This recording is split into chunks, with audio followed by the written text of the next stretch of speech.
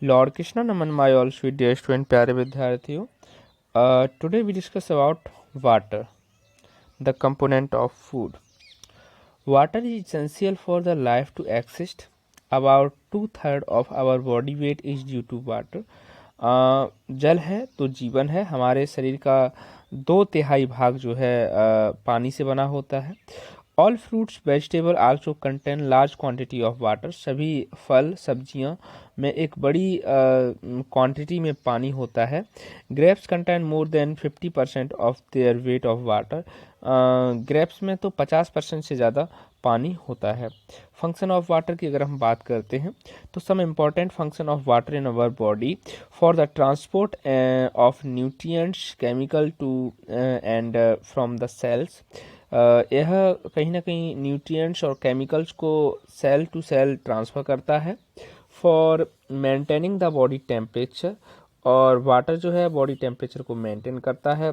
For the excretion of the body waste, यह body के जो वेस्ट होते हैं उन्हें एक्सक्रीट करता है, उत्सर्जित करता है. As a medium of biochemical reaction in our body, और हमारे बॉडी में जो बायोकेमिकल रिएक्शंस होते हैं उनको मीडियम देता है. A normal healthy person exceed about 1.5 litre to 3 litre of water per day. एक एडल्ट ह्यूमन जो होता है 1.5 लीटर से 3 लीटर पानी को एक्सक्रीट करता है बॉडी से बाहर. To make up for this loss one should take enough water in diet. और अगर इतना पानी जब लॉस करता है तो उससे एक इनफ पर्याप्त मात्रा में पानी जो है लेना चाहिए. Blood contain large quantity of water. Water loss from the body causes dehydration. Blood में बड़ी मात्रा में पानी होता है और पानी की कमी से डिहाइड्रेशन हो जाता है. During dehydration blood gets thicker causing several pain and cramp in the muscles. और जब ब्लड गाढ़ा हो जाता है तो यह हमारी मसल्स को क्रैम्प वगैरह करता है, वहाँ पेन वगैरह होने लगता है. डियर स्टूडेंट, अब हम बात करेंगे रफेज के बारे में, डाइट्री फाइबर के बारे में, जिसे हम रफेज के नाम से भी जानते हैं. The indigestible fibre material present in any food is term at roughage. भोजन में जो इनडाइजेस्टिबल फाइबर होते हैं, जो डाइजेस्ट नहीं हो पाते हैं, उन्हें हम रफेज कहते हैं. और roughage consist of plant cellulose. यह प्लांट के सेलुलोज से बनता है. Our body system does not contain any enzyme to digest cellulose. हमारी बॉडी में कोई भी ऐसा एंजाइम्स नहीं होता है, कोई भी ऐसे एंजाइम्स नहीं होते हैं जो रफेज को यानी कि सेलुलोज को डाइजेस्ट कर सकें. हाँ, एंड जानवरों में तो देखा जाता है, बफेलो काऊ वगैरह में तो रफेज डाइजेस्ट होता हुआ देखा गया है, क्योंकि वो ज़्यादातर हस्क वगैरह का ही सेवन करते हैं. As a result, roughage remain undigested in our body and is excreted out of our body. Roughage बिना पचे ही हमारे शरीर से बाहर एक्सक्रीट कर दिया जाता है, बाहर निकाल दिया जाता है. Major source of roughage in food are salad, corn cob, vegetable and fruits, skinned grain. ठीक है, तो ये सभी एक मेजर सोर्स हैं. फंक्शन ऑफ डाइटरी फाइबर और रफेज. फंक्शन क्या है? Roughage help in retaining water in the body. Roughage हमारी बॉडी में वाटर को रिटेन करते हैं. It added bulk to food and gives a sense of filling after the meal. यह फूड में एडिट बड़ी मात्रा में एडिट किए जाते हैं. Give a sense of filling after the meals.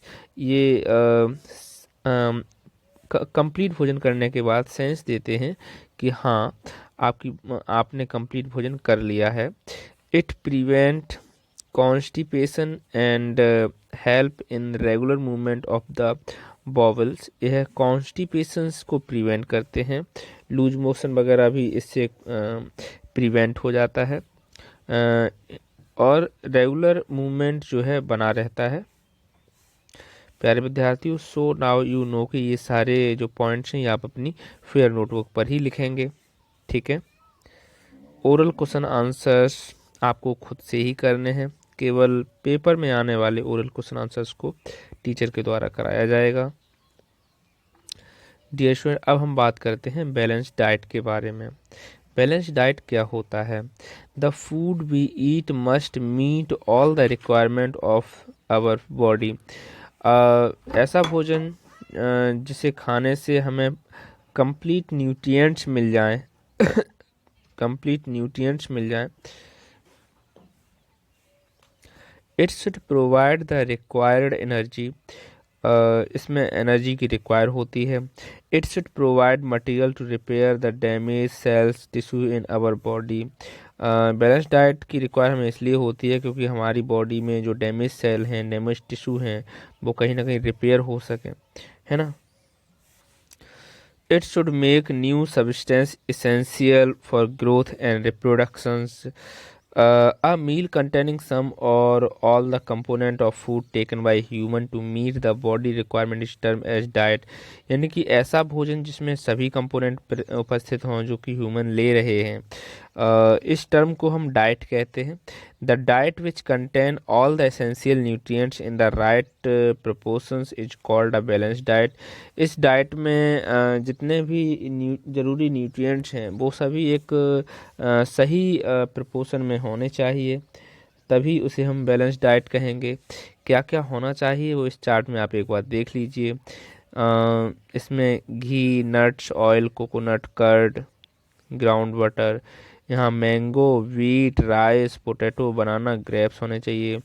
Egg, meat, fish, ground nut होना चाहिए। तो प्रोटीन रिच फूड भी दिया है, फैट रिच फूड भी दिया है, कार्बोहाइड्रेट रिच फूड भी दिया है। तीनों का जो प्रपोर्शन है एक फिक्स मात्रा में होना चाहिए।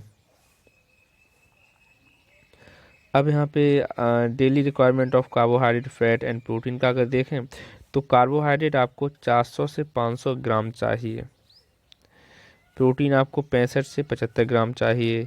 फैट आपको फीमेल में 50 से 55 ग्राम और मेल में 60 से 70 ग्राम चाहिए। ठीक है,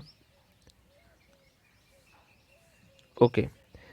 अब यहाँ पे हम देखेंगे the composition of balance diet depends upon sex, age, group and occupation.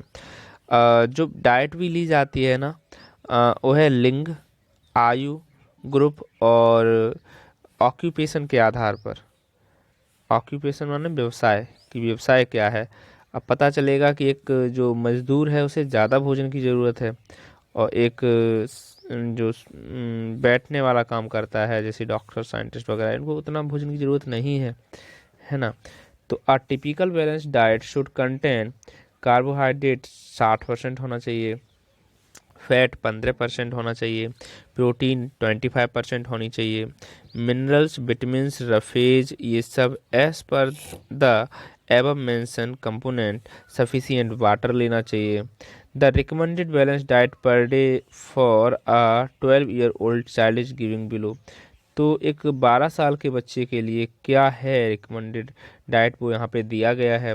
Serials यानी कि राइस 160 ग्राम, गेहूँ यानी कि wheat 160 gram, 320 gram mass of food item होना चाहिए इस तरह का। और ये वेजिटेरियन के लिए है और नॉन वेजिटेरियन के लिए 320 ग्राम ही है। पल्स 70 ग्राम, नॉन वेजिटेरियन के लिए 60 ग्राम होनी चाहिए। ग्रीन लीफी वेजिटेबल 75 ग्राम होनी चाहिए और नॉन वेजिटेरियन के लिए 100 ग्राम होनी चाहिए। Other vegetable, roots and tubers 75 gram होने चाहिए, यहाँ भी 75 ग्राम ही होनी चाहिए। फ्रूट्स 50 ग्राम होने चाहिए, फ्रूट्स इधर भी 50 ग्राम होने चाहिए। मिल्क 250 ग्राम होना चाहिए, इधर भी 250 ग्राम होना चाहिए। फैट एंड ऑयल 35 ग्राम होना चाहिए, यहाँ भी 35 ग्राम होना चाहिए। शुगर, जैगरी, गुड़ 35 ग्राम होना चाहिए, इधर भी 35 ग्राम होना चाहिए। मीट, फिश और एग ये तो खाएगा नहीं क्योंकि ये वेजिटेरियन है। और उधर 30 ग्राम से एक एग, 30 ग्राम और एक एग, इस तरह से मीट, फिश और एग का कॉम्बिनेशन होना चाहिए।